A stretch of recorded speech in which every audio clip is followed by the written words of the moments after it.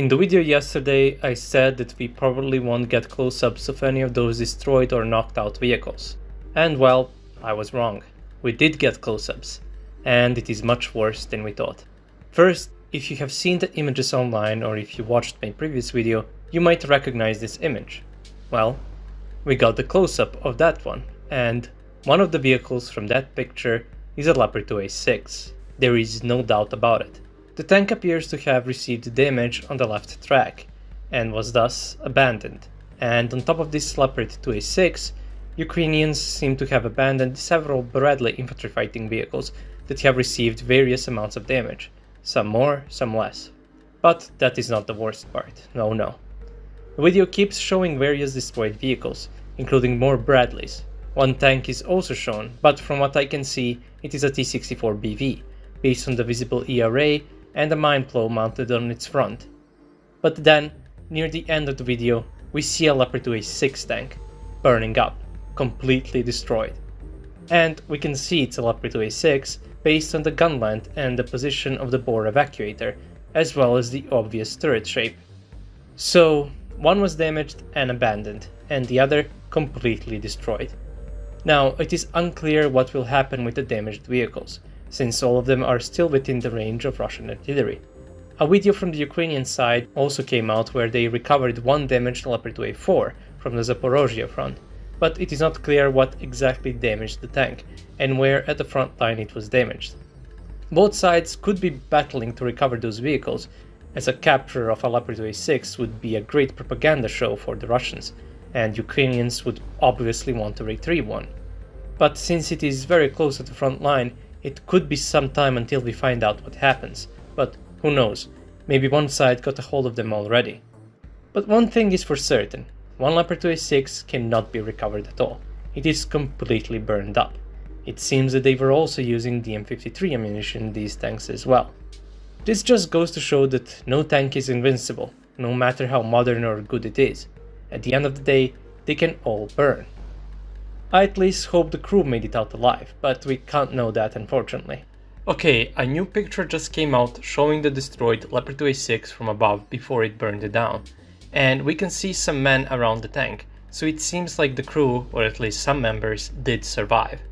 We know it is the same tank based on the curved trail around the tank on both pictures and the position of the turret. That would be it for now. If I find out something more or something interesting happens again, I will make sure to let you all know. If you like my content, you can support me on Patreon. Thanks for watching, and I'll see you all in the next video.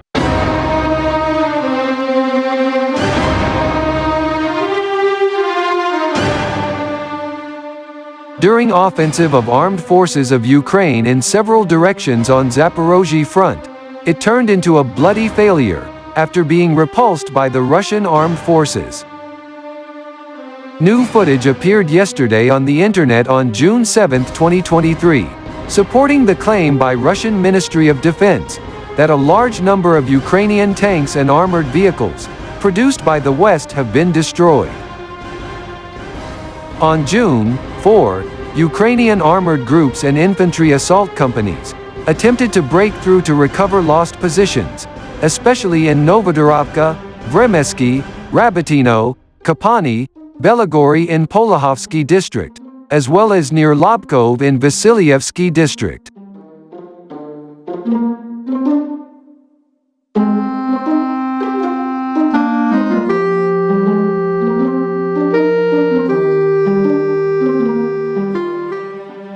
Despite the so-called successful raids according to Kiev, all attempted Ukrainian raids on Zaporozhye border have been extremely costly.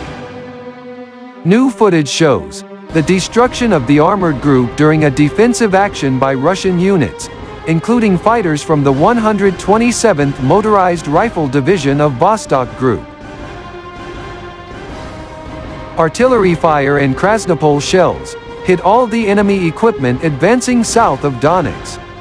It was reported that several Ukrainian vehicles also entered the minefield.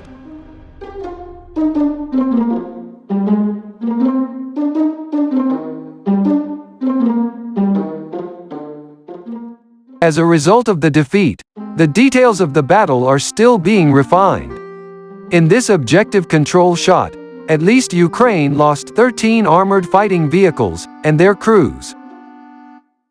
In another corner of the defeated Ukrainian offensive on the same front, Russian Air Force planes attacked with missiles and bombs. Russian artillery then escorted the fleeing Ukrainian soldiers with their equipment.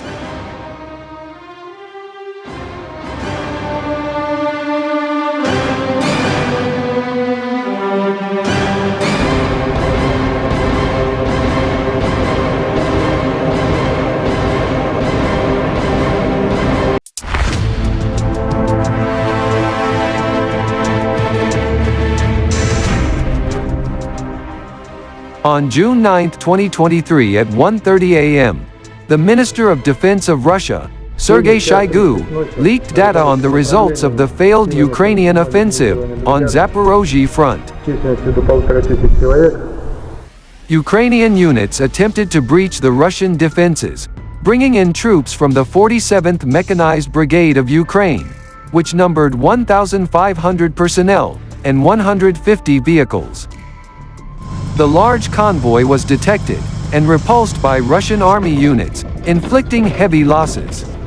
The battle had been raging at high intensity for 45 hours straight. Strike and fire by Russian troops' heavy flamethrower in broad daylight hit the Ukrainian unit south of Orikha.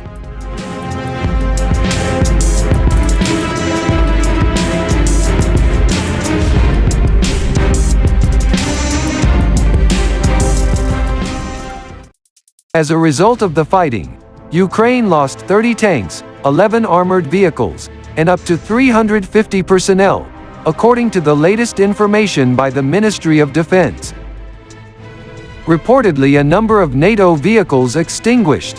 For the first time, 5 German Leopard 2A6 and Leopard 2A4 tanks were in a convoy. 2 were destroyed, 1 was hit by a mine, and 3 were abandoned.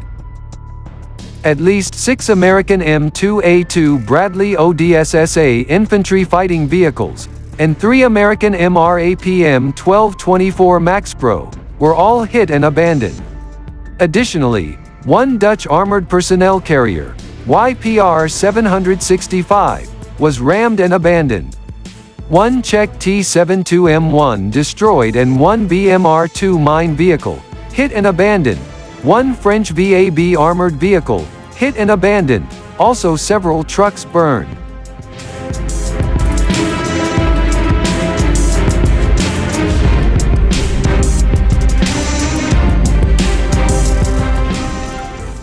The footage shows a Leopard 2A4 tank, which was damaged during hostilities in Zaporozhye region, especially near Novopokrovka. It appeared that the landmine area and exposed area made the Ukrainian counterattack fail miserably. The losses of equipment and personnel of Ukrainian troops were in the hundreds per day.